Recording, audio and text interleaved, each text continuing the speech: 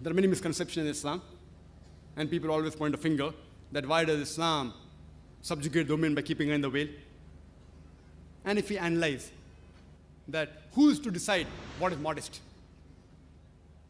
The Quran says in Surah Nur, chapter number 24, verse number 30, say to the believing man that he should lower his gaze and guard his modesty. That whenever a man looks at a woman, any brazen thought comes in his mind, he should lower his gaze. Next verse, Surah Nur, chapter number 24, verse number 31 says, say to the believing woman that she should lower her gaze and guard her modesty, and display not her beauty except what appears ordinary of, and draw her veil over the bosom, and display not her beauty except in front of her father, her husband, her son. Then a big list of mahram is given.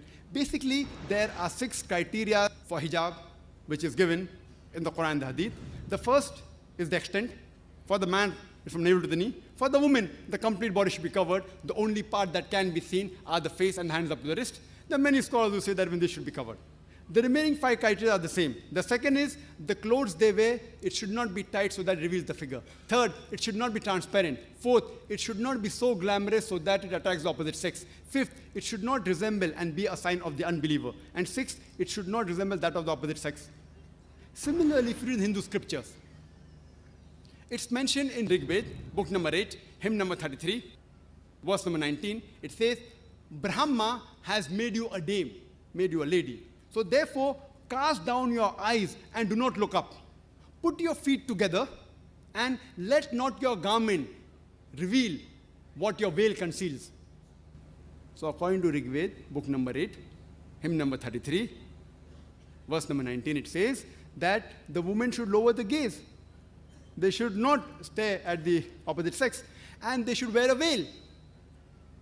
Further, it's mentioned in Rig Veda, book number 10, hymn number 85, verse number 30, that it is devilish and not right when a husband, he covers his thighs with the garments of his wife. That means wearing clothes of opposite sex is prohibited in Hinduism.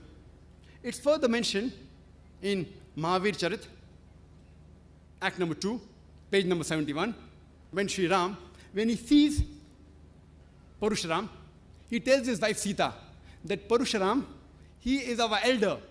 You cast thy eyes and draw the veil. So Sri Ram tells his wife Sita that when an elder comes, you should draw the veil and look down. Further, if you read the books of historical records, we find the Indian ladies, many of them wear veils. There are coins in the post-Gupta age showing women, Indian women, wearing a veil and the veil coming up to the shoulders, some up to the arms. Even today, if you go in many Indian villages, we find that women, they cover their head. Some of them even cover their face. So here if we analyze the modesty level of a woman in Islam and Hinduism is the same, that they have to be covered up.